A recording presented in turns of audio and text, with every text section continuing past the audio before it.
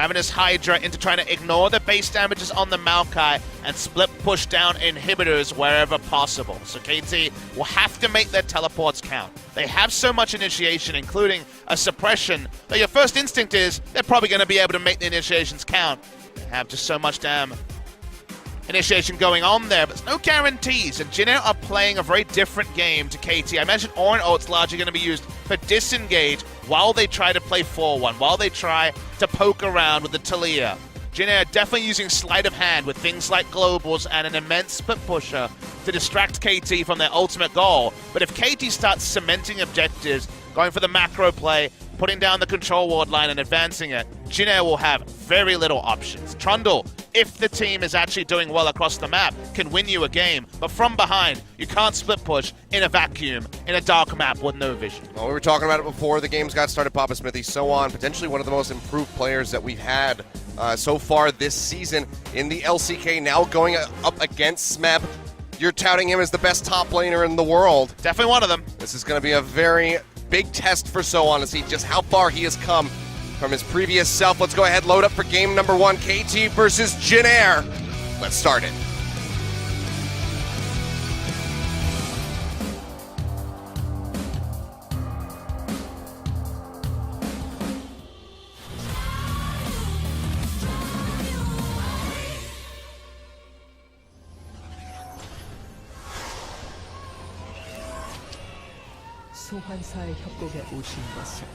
We don't want to drive you guys away, OGN Legion. We want you here to buckle down and enjoy some good old League of Legends action with us, myself, Papa Smithy, ready to dive in. It's been a while. Had to rotate off. Supposed to cast yesterday, but I had a furniture delivery, so I had to be home for that. So Atlas was kind enough to go ahead and take over Wednesday for me. Interesting priorities there, Achilleos. Thinking about number 1 and number 1's abode, huh? That's a big Smeb fan there. As we actually hear the cats, meows. the Meowkai just popping off. I needed a new bed, Papa, all right? It was a pretty important thing. My quality of sleep was... He actually sounds like a creaking bed right now. Yeah, this is why I replaced my bed, is because I was hearing nothing but that all night. Every time I rolled over, the boards were just creaking. No fun at all. No fun in the history for Jin Air GreenWings against KT Rolster. But everyone's dancing this game, so people seem in good spirits. 5 p.m. We're in standard time here. Sangam E Stadium. The OGN match day, and hopefully a hype one. We had some PogChamp moments yesterday, the Khan-Champ in full effect. It's plenty robbed of the double pentakill. But still so damn good. At least he got the one. But the double certainly would have been extra impressive. Some really hype matchups here that we didn't necessarily know about preseason. Grace coming off a good run of form. It'll be fun to see him come through, and his laning stats are very good. Horn's laning stats higher than you might expect, because he has been crushed in lane by Faker and has in general been the team fighting phase for Pawn that has been more impressive than his laning. Yeah, both Teddy and Grace have had a pretty fantastic showing so far, and you think that after the recent performances, as long as things go well in this series and he's at least competitive, Grace very well may have earned himself that starting spot over Justice, as So On you can see.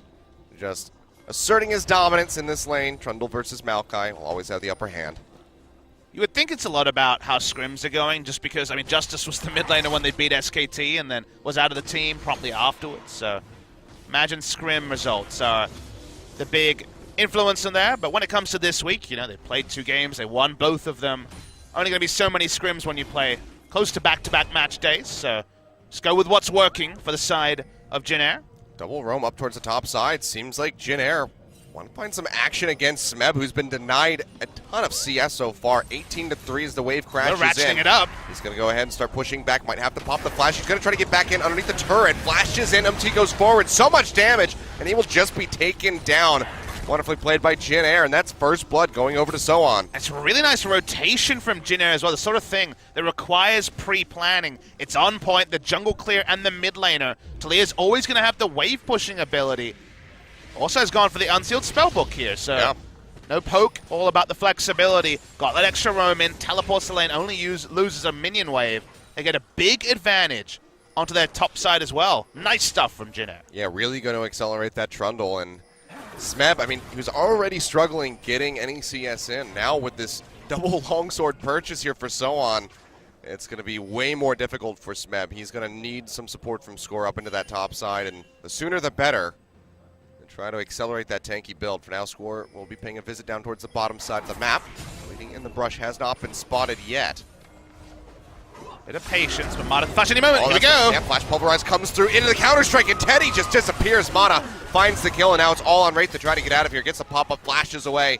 Seems like he will be able to exit with his life, but beautifully done. Really good patience from KT, and they nearly get Wraith at the end. And that's the reason why Mata is still so respected, because in an instant, there's never any second guessing. He knows when to engage. The CC layering was beautiful. Nothing Teddy could do. Yep. Was able to use his heal. I'm surprised about that. In the meantime, Giving them the Direst treatment here. Yeah. Has that little kitten thrown down for a ward, but Smeb, yeah, nothing really he can do. No flash available. Going to try to hand this one over to Gracie with Seam.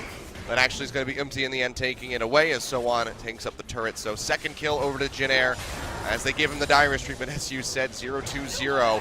And down 20 CS is Smeb already. The Jin Air have been more decisive more often, and also in a matchup where if Trundle wins by enough, he can just decide the game if the rest of the map can go 50-50. So while they did lose Teddy, he had Unsealed Spellbook, just pops back up with the teleport. There's no Unsealed Spellbook for Maokai, who's slowly going to be walking to the top side. So because they have more flexibility, this is triple Unsealed Spellbook on the side of Jin Air, they're going to get access to more minions. They're going to have more gold. They're going to pick up a pretty big gold lead, all things considered. Tiamat already done for So On. So where they're strong is the way they win the game. And what KT have picked up doesn't necessarily change the flow of the game. I mean, right now, So On, if this continues, he was just going to be able to sit in any sideline he wants, and they're going to have to send 3-4 members in order to kill him. There's no way that Smeb, unless he gets a massive boost in gold, will be able to go even remotely toe-to-toe with him. But the thing is,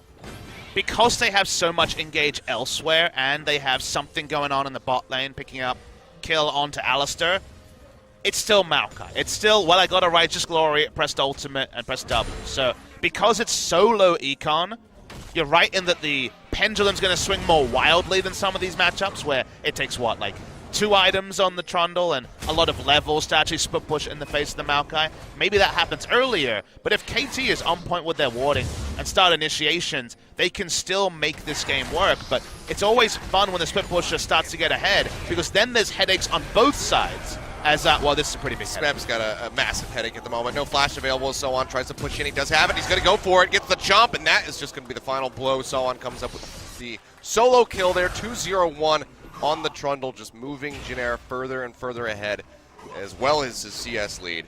Score in the meantime, visiting bot lane again, but he's going to be spotted out by a ward in the river. This was invited by Smith. He did blind pick Maokai in a meta when no one else is playing Maokai. Score invades. Doesn't get the smite though. Doesn't find it. Empty takes it away, but no handover for the blue buff onto Grace. And we're going to see a very fast first brick coming through as So On is just knocking down that turret. Smith has no way of getting back to lane quickly, so already first tower falling just 7 minutes in, and Jin Air are up to a nice 2,500 gold lead. I feel a bit like a nature documentary person right now, because remember, Smeb is the new shot caller. Remember, he's the one who has to give the calls, and now he's massively behind, right? His lane's on fire for sure. Tree on fire, it's very lore appropriate, but the thing for this particular game is, can the shot calling be clear? They have so much initiation. If there's not hesitation, which Mata showed no hesitation on the Alistar, they still have a lot of playmaking opportunities. But shot calling from ahead and shot calling from behind are very different things for a proud top laner like Smeb. So let's see how it affects their mid game. KT still have ways to win this game. But the Trundle also is really popping. I mean, you have to be wondering, how do I get myself back into an acceptable position, let alone my team as a whole? Let's see, we can see some aggression here onto Wraith in the bottom lane. I mean, he's just stacking up, and Deft is going to run him out. So he will go down. Didn't have the flash. It's the last gank, so could not get himself out to safety. And good news stories to counteract the bad news stories in topside. The ganks are being paid off in both lanes. And the lane and bot lane does really facilitate team fighting. The lane and top side facilitates split pushing, which gets harder as you keep split pushing objectives, split pushing an inner turret 8 minutes in, only around the time the second blue buff spawns. is insanely early as mid lane. Counter strike. That's going to be the stun up there onto Grace. He's going to go golden. Does have the flash available, but you can see they're already trying to cut him off a little bit. Gets a shove back onto one. Malefic Vision's coming through. Jukes out onto the silence. He walks away with 1 HP. Are you kidding me? Grace does not go down. Pawn takes a couple of those turret shots, and he has to peel back. Now on the hunt. Sees Mata. Gets himself out of there, but good lord, one tick, one more auto from Grace, and he was dead. Yeah, but that was such an insane escape there from Grace. There was so many different variables for him to respect the prediction on the W as he flashed away, stopped Jax from closing the distance, also walking forward for the Q, the Call of the Void. Insane juke from Grace. That justifies his starting position just in one play. Beautifully done. I really hope we can get a replay onto that one, because there was so much going on there. It looked like he was dead to rights, but played it pixel perfect there from Grace. And as you say, the seismic shove prediction is what really sold it home. Otherwise, Jax would have inevitably got some damage. And watch the replay. At the start, the CC does layer a bit, so they could have gotten potentially another auto attack. Ends up being important. Watch the flash W, gets scores, so scores out of the fight, jukes forward, and then one auto attack, not enough. Another Malefic Visions proc, another auto. He would have died, but that is a great escape from Grace and stops there from being 2 winning lanes for KT Rolster to counteract the winning lane for Jin Air in the top lane. Well, Jin Air still keeping that lead. Grace trying to just stay even here with Pawn, and so far is doing a good job of it. Now has the QSS in the inventory, so won't have to worry about those pesky nether grasps too much here anymore. The game is in such a fine position because remember that with Trundle, it's very difficult to parlay your lead into helping other lanes. The teleport's not going to be respectable. It's not necessarily going to be anywhere near the standard tank top lane teleport, so that is not going to actually influence the bot lane. It's hard for them to salvage this lane. Jin Air barring a roam proactively by Grace, who is very much just going to play through his lane and start trying to push Vision into the red side jungle. So all So1 can do is target objectives. The inner turret, that's difficult. The Rift Herald, that's a freebie. Yeah, he's already gotten a little bit of damage onto it, I believe. He's had the wave pushed up there a couple of times. He's got one control ward in by the blue buff to try to keep himself safe from the Jax, but seems like we were just going to have a trade of global objectives at the moment unless MT can get in there, but yeah, not going to happen. They have the red smite. So Ocean Drake will go over to KT. A second Ocean Drake to follow up, but Jin Air going to try to accelerate the game as they pick up the Rift Herald. Maybe knock down that inner turret in the top lane, or knock down that outer turret in mid and allow for Grace to roam more. So once back is cancelled, but it's going to back away. Already had picked up the Rift Herald, so the interrupt there. Thought it could mean more. It doesn't. This game is in a surprisingly balanced position. The gold doesn't necessarily illustrate, but just with how the game is shaping up, Kalista is very, very powerful on the bot side. Not with a CS advantage, not with the kill and assist he's already been able to pick up here. Did not go for free boots on the Kalista. That's how he got a very quick Berserker's Greaves, trying to abuse the free boots from Teddy, which ended up being useful in the earlier engages. KT having reliable engage and also teleport on Smeb, who has been able to equalize a lot of the CS here, is very relevant. You see Mata putting down the lane ward, threatening a dive. The dive is very possible. KT, as a 4-man group, may still be pretty significantly ahead of Jin Air GreenWings. Well, they do spot out score there, so they know they don't want to go for any sort of fight. MT's still just hovering nearby in case there's any further aggression. No sweeper to sweep out that ward means that bot lane is insanely scared of being turret dived. Understandably. They have some concern. They have some stall, Teddy with a stopwatch, and the face of the mountain there for Wraith for the added bit of shielding. If Smeb's in vision, then they have nothing to worry about, given that Trundle Pillar is a ranged interrupt, so no way for him to join. Oh, popping in, yeah, looking for Pawn. He's going to go down to about half HP as they find that control ward. Maybe now going to be a bit of a scuffle over that blue buff. Now So1 going to get jumped on. Beautiful Pillar stops the leap strike, but still gets stunned up by the counter strike. He's going to try to flash away. Pawn pushing forward, does have that nether grasp, but gets slowed up by MT, and it seems like they won't be able to get the lockdown, so So1 will be able to walk his way out. Yeah, Pawn actually wasted his flash trying to close the distance, didn't get into ult range awkwardly. Means the time is wasted. So1 gets away. Jin Air will keep pushing in the bot side. game so finely balanced. Score forced to smite the blue as well. So nothing for Pawn after we saw a blue buff smite by Umti earlier. This time around, Grace does have the blue. Ravenous Hydra and most of the Merctres. Rift Herald buff as well. Why you use the Rift Herald here is very interesting. Your first thought might be get that second turret, make it the longest lane ever, but then there's such a high chance of Maokai freezing and the Trundle never being able to return to that turret that actually I think taking the inner turret has very little value for Jin Air this early into the game. He wants to crash mid would be the obvious one, but I think getting another outer turret holds more value right now for Jin Air. I don't think that Baron is an objective that's going to be considered for a long time. It feels like a 25 to 30-minute Baron game, not a 20-minute Baron, and even then, that's 6 minutes away. Just given how the game is poised, the Rift Herald may just end up being top because he's got no time left on it. They're not path to the mid lane. They don't have deep vision, so it's probably unlikely to be a massive value Rift Herald as Trundle just returns to whacking away on the backside. See if he's even going to be able to take the turret with the Rift Herald here. Has the wave pushing up nice and smoothly there with the help of that Ravenous Hydra. He's starting to drift his way back into the river. He's going to have to pop this soon.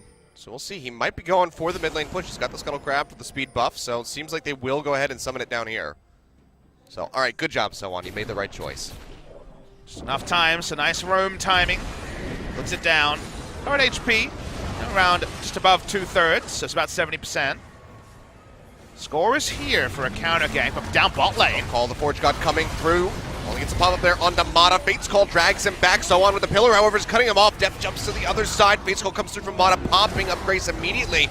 Then flashes away. And it seems like the dynamic duo are going to make it out with their lives, but they're going to have to forfeit the turret. Yeah, everyone teleports in. Maokai cancels because he wants the extra time to get some damn minions and try to halt the top lane, which was such a struggle. Does mean they just lose bot lane turret. Remains to be seen whether it was the right call. In mid lane, though, weren't able to push in the minion wave. When it comes to immediate gold for the skirmishing comp, Jin Air picking up gold is relevant. They want to get into a significant gold lead. They don't just allow KT to scale into 2 items and start flashing on everyone with all their engage. Cement their gold lead. Mid lane remains very even. Interesting developments as the game goes on. Really, really well played by Deft and Mata there into the bottom side. Can't quite see how much damage or health is remaining onto that mid tier 2 turret, but it's going to be, or tier 1 turret, it's going to be very low after the Rift Herald got the charge off. So a couple more wave shoves perhaps, get some chunking down on the Pawn should be enough to take that out. As Wraith's going to get found in the river, Score wrapping around the backside, and here comes the CC train. He's going to go ahead, flash away, try to get himself away from this Jax, but now with Jeff joining in the mix, they will have the run for the slow, they'll have the run for the execute, he'll get booted back over the wall, and Pawn will go ahead and kill steal the whole damn thing. Now Teddy, in a bad spot, starts charging down the lane, but he knows that he's pretty much donezo here as he tries to get out, flashes away into the stopwatch there for the headbutt pulverize, but Nether Grasp is waiting for him as well as a counter strike, so you tried, Teddy. Probably should have just saved the flash. He goes down 4-3 as KT take the lead and kills. There's no outplay there, but in the mid lane, we get the answer. Turret is very, very low. Smeb going to try and delay it for 1 minion wave. May be able to do so, but it could just die. The caster minions, nope. Gonna last 1 more minion wave. KT taking things, so just delaying another minion wave is worth it. It's worth investing the ultimate. That's an objective he can actually slow down. And on the map, Deft will get a turret at around the same time that Jin Air actually take that mid lane turret. It's KT's first of the game. Oh. Well, as a top side. See coming around the back side. Here's Teddy. Going to be joining in. Tries to get the lockdown there onto Smet, but he jumps to the other side. Will not get hit by that chain of corruption, but the turret still will be taken by Jin Air, so maintaining their gold lead. Couple shots here onto the mid one. 1 more Grace, but doesn't want to take the turret shots. Too much armor when it's isolated clearly. 28 HP left onto that turret. The reverse Kha'Zix effect for those turrets certainly working out well. A couple more hits. You can see Mata sitting here ready to back up Pawn. They will just go ahead and be able to burn through the minion wave, so that turret is going to be standing for a bit longer, it seems. It's always so tilting because, of course, you've got that item that's 100 gold away, waiting for the damn 20 HP turret to go down. Not going to find it, does delay. The gratitude for Jin Air, and KT having double Ocean at this point in the game is pretty strong for them. Does mean that Getting them both so early. Yeah. We're going to see a lot of Drake stacking. It's a triple Ocean, which maybe too far into Ocean, but the first two you feel good about. I mean, it's always been the case. The more Oceans you get early into the game, the better it's going to be overall. But as it goes later, not that exciting. But there it is, 15. They knocked 11 off of it. Oh, man. That turret is the MVP. The triple Ocean, when we get later into the game, is going to be very important for Baron turns, which KT are going to spend the entire game doing, given their comp is God around Baron, with a million types of turn CC and also the Callista Ren to skewer it. If MT wants to go in for the steal, not only is the Ren there to deny it, but the amount of lockdown that they have for him is he's going to go ahead and start walking into the brush. Counter-Strike coming out, but MT jumps to the side, keeps himself safe as they try to defend this turret.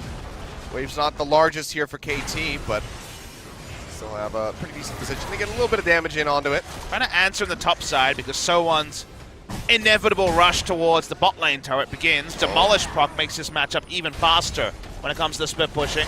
He is making me nervous every time he approaches that tri-brush.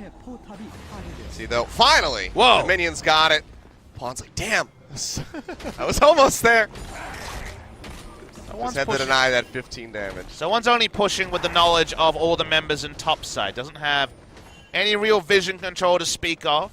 Getting closer and closer to the point in the game where So1 will need his team to back him up. So and the others coming through with some vision coverage to allow for the safer split pushing. I imagine he's just going to kind of go in, get a couple of orders, a chomp, a demolish proc, and then kind of back away till demolish is back off cooldown. Probably the safest way to navigate what can otherwise be a pretty thorny job trying to push with no vision. And KT are waiting for that big initiation we know they have. You can tell from Pawn switching over to Ghost that they're ready for the picks. They want to start rolling them through. Soon to be 2 items on Deft. He hasn't gone for Spellbook, which was what we did see at the end of last week. Going to be the lethal tempo for the maximum amount of attack speed in team fights. Was the thorny job thing an intended pun? It was. Okay. I see that he's got a bramble vest. Yep. I know. Sometimes that can be clever, because once in a while. I expected so much more from you. And then 5 days a week happened. That's true. I suppose if that's what you come up with for your puns, and you're doing pretty good after 5 days a week. 6 days last week. Yeah, last week was definitely the marathon. But we're back to the normal schedule, guys. So Friday and Monday will be the only non-LCK days, Korean Standard Time. Otherwise, LCK every day. This particular game is kind of tending towards the long kind of situation. The free objectives for the Trundle to push down have started to go and dry up. KT are getting the vision control around Baron. What did we say? Baron is their playground. I think the Baron threat with now the Hurricane finished on the Callista will only get higher, only ratchet up with where the game is right now poised. Takes some fancy footwork and great team play from Jin Air. Try to stop KT around that objective. For now, just trying to stop them from taking out this outer turret. Wave clear from Talia, still rather significant, so we'll be able to go ahead and work that down, but it's still steadily getting chipped away at. So1 opens up onto the tier 2 here in bot, and seems like there's not a damn thing Smeb can do about it. Nope. Someone could just turn onto the Maokai if he so chooses. Deft is on the roam down. Hasn't been spotted out yet by So1, I do believe. He's trying to slow up Smeb, but Smeb's got plenty of CC himself. Warren and Varus are counter roaming, so that will mean the Callista will eventually slow down. Would have been a very slow chase, so seemed like Deft didn't have any other clear calls for what to do on the map and just backed away in the end. Go back to pushing. This game definitely slowed down in the last 5 minutes after top lane died 3 times, last time solo in the Trundle matchup, and to his credit, Smeb has been able to arrest the CS lead for the Trundle. No signs of a Flame Horizon yet. Yeah, Sunfire Cape, no Righteous Glory, so have some ways to go for that. Doesn't have the initiation item, but just trying to get as tanky as possible to delay the amount of time that it takes Trundle to push up and take this inhibitor turret. Even has the stopwatch in case he has another multi-man visitation into whichever lane he is currently occupying. So KT's plan has to be, how do we actually get the initiation we're craving? Well, you probably just headbutt pulverize MT right there, but didn't have it. Problem there is you need the vision killers. You need to know what's coming behind the first target. They don't have that right now. No vision in the red side jungle means that Baron, impossible to start for KT. And on the blue side for Jin Air, no aggressive vision apart from, I believe, a zombie ward on the blue buff. So for now, at least, vision game doesn't allow anything other than a too risky engage, and they don't have a teleport flank ward for the Maokai either. So for now, at least, game stalling out a bit. Well, KT yet again hovering around this third Ocean Drake that has spawned. So on very close into the bottom side as well. So could see an all-out brawl begin. If somebody were to start this one up, Grace would be the latest one to the fight. Actually doesn't have the teleport at the moment with the Unsealed Spellbook. He's currently sitting on the cleanse. Pawn has TP ready to go. Voiced out second seems like is KT are just going to back away. Kind of curious item for Grace here, because no magic resist completed at all. Maokai is going to take a while to build up MR, and Jin Air turns onto the Drake, takes an Ocean. It's only Ocean Drake, so no need for KT Rolster to mount a serious defense, and they've just gone for their recalls. Yep. So Jin Air kind of wait out the stalemate and end up picking up a very small advantage and denying the triple Ocean away from KT Rolster. Got him. Game's locked now. Jin Air can't possibly lose. I got nothing to say to that, Achilles, because we're going to keep going. We're extending. That was the KT win condition, was get triple Ocean. It's all out the window. Well, with that abandoned, we'll see what they make, where this game currently lies. Still no deep vision, so still kind of poking in, seeing a camp and moving away. Get some positioning information about the Kha'Zix, given that Krugs are still up, but Krug camp is at least taken camp by junglers as the game goes on. It's been a while since we've had a kill. The action will, I think, snowball really fast. If we do see a Maokai teleport, it probably means a very bloody fight that will turn into a Baron and potentially the base being broken. But if Jin Air can keep slowing that down and then just try to use their globals and burst damage from the Kha'Zix to catch someone in transition, then that will allow Jin Air to really increase the pace of the game. But those are both ifs. Right now it is all about slow and steady for KT, who've been trying to take this outer top lane turret for a good 5 minutes. Well, seems like they'll finally be able to do so. Finish that one off. They had multiple members rotating up towards the top side just in case. They had to go for a dive there onto Grace, but he'll be left alone. Just continue to clear out the waves, but the turret has been acquired, so 5-2 in that regard. Jin Air, 3 turret advantage. Not quite a 3,000 gold lead here for them. Just walking up to dissuade the red buff take. He's going to find Pawn. That's going to be Weaver's Wall coming through here from Grace. Jumps off to the other side, and they just try to secure the blue buff here at the end. Will be able to do so. It's strange to see the stopwatch used after the QSS. I think he needed it. Wasn't a real threat of all in. They didn't have a lot of vision, so it was just pure precaution, using both and then leaping away afterwards. They get the blue buff steal, so I guess it all works out, but not the highest value of stopwatches.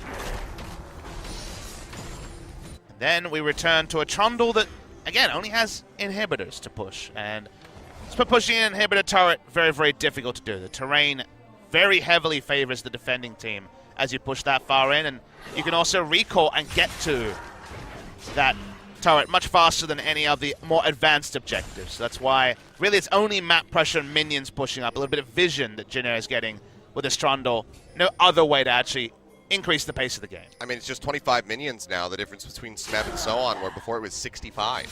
So Smeb has been clawing his way back in here. It's got the Sunfire, the Warmog's completed, still sitting on the Bramble Vest at the moment, so that tankiness is coming through. And as this game goes on, Jin Air are going to have more and more struggles to try to push forward. Because you don't really want to rotate someone into the mid lane to knock down that inner turret. It's a lot of this is fine from the side of KT Rolster, waiting for the perfect teleport spot. Feels like Smeb can win this game with a sick teleport flank. When his TP is up, he's actually used it already, so gonna be waiting on that cooldown. That's the big option to them. With the Warmogs, even the mixed damage from Teddy's gonna take a long time to push through the armor stacking and the Warmogs, so tankiness is certainly there for Smeb, but getting him to a fight, that's the hard part. Even score there, not taking much damage. Quite all right, as it's just going to be back and forth going for vision control here around the Baron. With these Kha'Zix comps, Jin Air need Wraith to be on the Baron for them to actually start it, because Kha'Zix can't tank it for any reasonable amount of time. So if Orin is visible, then KT Rolster will not be believing in any sort of Baron take. Means they're not going to be forced to walk up, and a pick around a Baron or the Baron going down remains very unlikely. That information being so transparent means we see a lot of this. A lot of vision battles, a lot of clearing out control wards and backing away, looking at inventories for control wards. Seems like we're going to need some shopping trips soon because only Wraith has any in his inventory. Well, Mata was feeling feisty there. Off the Righteous Glory to try to get in range of Umti, but not going to be able to find it. In the meantime, just a little bit of scuffling here coming through. Depth going to go gold in right as that Call of the Forge God comes through, so he's not going to get popped up now. Ultimate thrown down by the Maokai, so on up in the front line, just trying to get rid of Smeb. And now Mata's going to be turned up with the Fate's Call as there. Smeb all on his lonesome will get pop blast auto attack there over the wall. Then he comes through and they take him down, but that's going to be Grace going down in the fight as well. So far, a 2-for-1 in advantage of Jin Air as they keep pushing down the mid lane. Will they peel back and go for the Baron to try to get the turret? Seems like it's going to be the former. Yeah, able to isolate out and kill Smeb, who doesn't get any value out of how insanely tanky he is. The other side, Score was able to buy a bit of time, but Jin Air going to turn straight onto the Baron. Like you mentioned, they're starting it up. Here comes the contest from KT. Down to about half. Teddy here, full HP. Depth is going to be the first one that shows his face. Pillar comes through and he has to flash to the other side. Try to make his way out alive. Jin Air have been pulled off the Baron. They will go ahead and abandon this for the moment, it would seem. So not going to be picking up any objectives. KT just basically trading Depth's flash in order to stop that from being taken. One's going to get a bit of pushing done in the mid lane, but not enough to actually take the turret. Voidling's doing a lot of work. Actually, the Voidlings just kill it. Oh, that was more Voidling damage than I expected for sure. Get an objective against the run of play. No mountains and infernals makes this all drag on. We're going to see the replay. Deft has some great hops here. He actually baits the start of this. He's the one who walks up, knows he'll be turned on, he's trying to bait. The bait doesn't lead to a teamfight win because Smeb and Mata walk in. Smeb's actually squishy because he gets ulted by the Trundle. Yep. There's no threat onto Teddy or Grace, and that's the problem to me, is that I understand this play. If there's any threat onto the backline, there isn't. And so the health bars of Smeb and Mata kind of just given over for free. Yeah, Subjugate just allows that Maokai to get ripped apart, even with all of the tankiness that he does have. Seems like KT will be the ones picking up an objective here, though, as they go ahead and turn over to the Mountain Drake. Deft is there for the Rend, so they'll just go ahead and take this one out. So still have 3 Drakes in their pocket as they get ready for that Elder. So still potential for quite a bit of burn damage coming through if they can pick that up for themselves later on. But for now, still going to be trailing behind about 3,000 gold. Getting a pick for KT is the dream, because that would actually get the vision they want. Asking you might receive, so on, going to get jumped on, his advance comes through, he gets healed right back up, ultimate comes down, but he can't be locked in. He will go ahead, flash over the wall, Deft gets the Rend off, but only knocks him down to about half HP, so he is still a massive Trundle, but he will be going back to base. Some damage away will actually allow them to push in other parts of the map, because there's no guarantee. Jin Air could mobilize 5 members in time to contest. Finally get to push out the mid lane. So we don't get the vision into the red side jungle they would want just yet, but that is the gold standard for them, the teleport ward for Smeb to actually allow them a clean turn off of Baron. A step forward, a micro step, but a step forward to what KT wants. Whereas Jin Air is just really piling on items. Very high ability power. Build here from Grace, who went for Death Cap early. Yeah. Not going to have a huge AP total because he did go for QSS, part of his gold.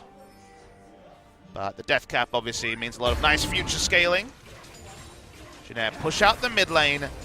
Vision being so shallow on both sides is the big struggle for this game. Kicking into second gear and actually accelerating away. The team feels like they can actually force anything yet.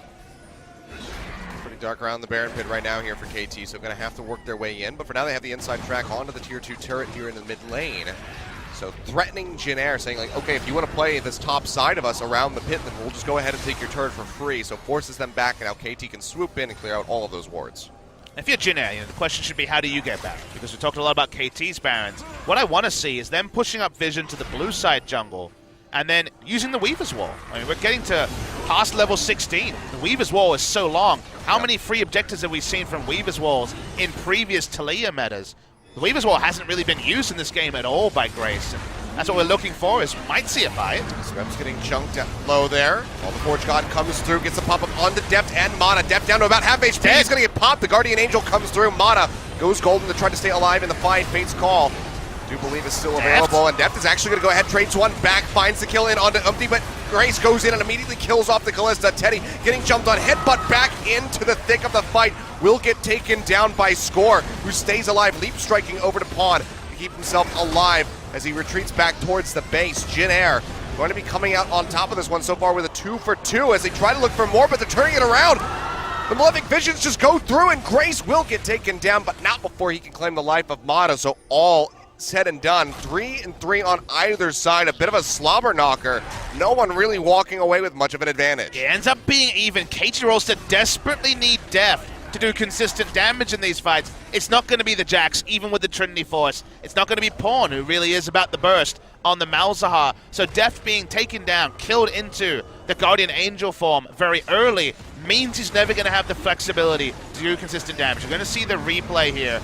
Deft ends up getting knocked up by the call of the Forge God, and then burst. He dies incredibly fast, falls into that GA, and then while he's able to do some damage on the back end, kind of go 1 for 1, taking out Umti, there's no consistent damage left for KT. Grace can just flash on happily to Deft and take him out.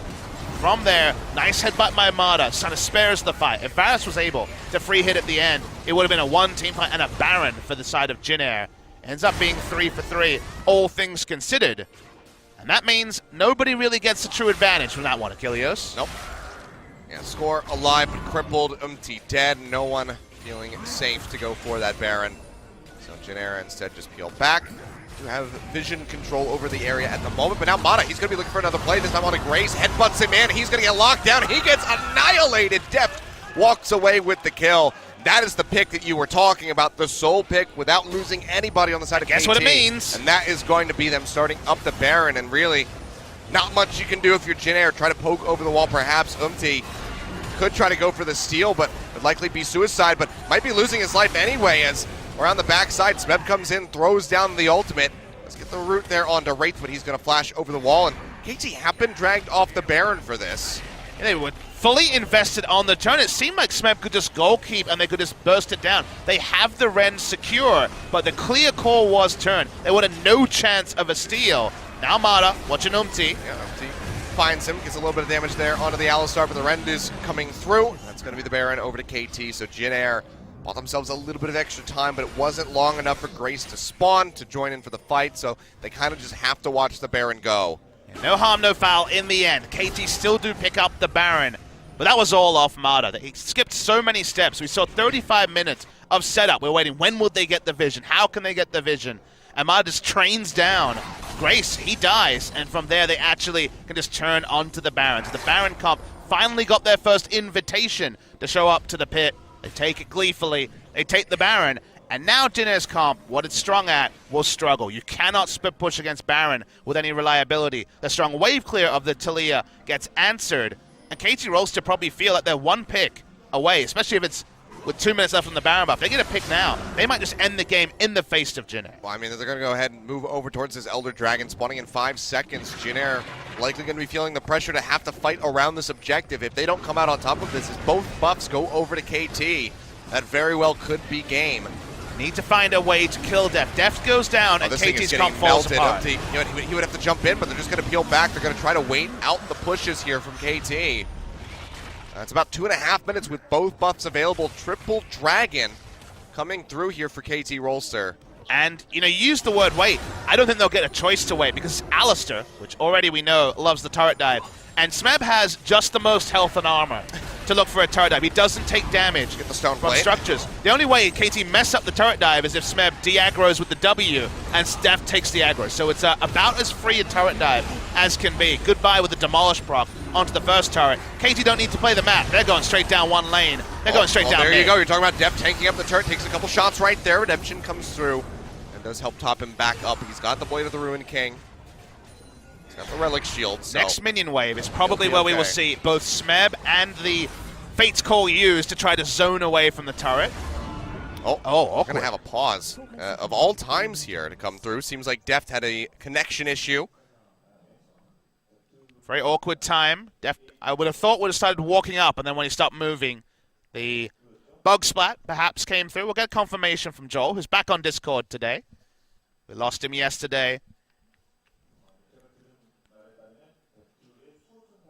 So it sounds like a similar error to what we were seeing in other regions. It seems to be a visual bug involving Guardian Angel, I believe, going on. So I think it's related to that, but we'll get more information as things go through. It's no audio issue, guys. The audio, touch wood over here, seems to be resolved, but it's a game issue, and it sounds like the Guardian Angel issue. I've heard about it in other regions, so I think it's popping up. Yeah, I think I saw this on Sneaky Stream, actually, where it didn't... Bug catcher Sneaky? Yeah, I mean, if anyone's going to discover it, it's going to be him. And, yeah, the Guardian Angel didn't activate, so it seems like that could be what's happening here. So maybe we'll have to just go back in, try to reverse time, and get everything set up. I don't know if we have the ability to chrono break. I'm actually not sure either. I'm going to guess no. We'll see. That's a Riot special ability. That's the Riot Ultimate. Yeah, I don't know who all has been granted the wonderful chrono break.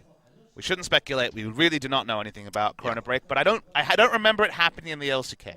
So take that for what you will. We're just waiting to see if perhaps we can roll back into the game and they can use this Baron and Elder stack to look for a turret dive. This game could definitely burst into action, so OGN, please get us back on the screen the moment the pause ends. Seeing Wraith there, wondering where this game went. So hard to close when you have a Trundle against an engage comp. We saw that seesaw of Trundle, free objective, free objective, free objective, until they just weren't free objectives anymore. Yep, they ran out. They didn't have any more to give away, and he wasn't willing to push in to the base to try to get one. So KT, I mean, just basically playing the patient game. Normally, fighting from behind is not their strong suit. That's where they, always struggled. Actually, they were the ones that wanted to get ahead and really accelerate the pace of the game. But Jin Air, they weren't able to do that. Again, it's so tough. You look at the game and you try to, on the fly, discern where they were, too defensive, where they didn't push their luck, where they perhaps could have done more. And again, the one thing I volunteered was around the Baron, maybe trying to use the Weaver's Wall. They never made a Weaver's Wall play. But, getting information from Joel that, hopefully. Things are resolved, and we should be getting back in the game, so we'll see if we're going to get that explosive action as you were talking about, Papa Smithy. We're still on the players, so here we go. We're walking up. What does it mean? Forward here, Mata, maybe looking for the dive. There means we go. A lot. Goes in with a headbutt pulverize, finds Grace, who goes down pretty low. The face call comes out, call the Forge God, does get the pop-up in. Massive knockup from Wraith, but it's going to be Jin Air who's still losing members, so on, getting burned down. Will get the kill in on the depth, but he pays for that one with his life. 3 members dead on the side of Jin Air just for the Callista. KT will go ahead, knock down this inhib turret, knock down the inhibitor in all likelihood, and there's nothing really that Wraith and Umti can do as they just stare on and watch the base crumble. But with depth going down, it means they don't have enough ranged auto attackers to end the game, so there will not be the game ending here. As you might have first thought, Mata walks straight up the top, taxing the Baron buff onto what is just the most insane motley crew of Voidlings and minions alike. The zoo is enacted in the top lane. They're not done yet. Taking that second inhibitor at least. 10 seconds on Teddy. Means they'll back away. From there, yep. So relatively short death timers because all the action was front-loaded and took a long time for the melee champions. Take down the inhibitor. Still, 2 inhibitors down. A success for the Baron buff that KT couldn't find a way to get. So credit to Jin Air for how they played out the early game, how they took advantage early of So1's ability. Snowballing onto Smeb was definitely a thing of beauty, but the stall out from there needed more creativity that only Mata seemed to have. Mata was the one this game who just decided it with his engage onto Grace, and Grace going down and start the second fight wasn't ideal. So maybe some positioning VOD review that needs to be done from Grace, playing around pressure. I remember Ruler coming into competitive play, and the big struggle for him at the start was, is that one minion wave too far? Can I go into the jungle and take a camp? In professional play, you always have to be so much more conservative than solo queue, so him going down twice is a pretty big cost to GreenWings after a good early start from that. Well, KT maybe looking to be preparing for the final push. Going for that tutorial, for that 3rd inhibitor.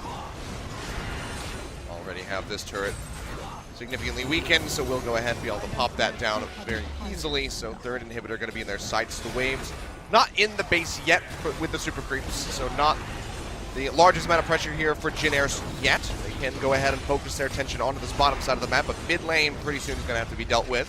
Double buffs are down, so the Baron buff gone especially. It's going to take extra minion waves, and Tunnel Pillar can do some very annoying things when it comes to getting those final auto attacks onto an inhibitor turret.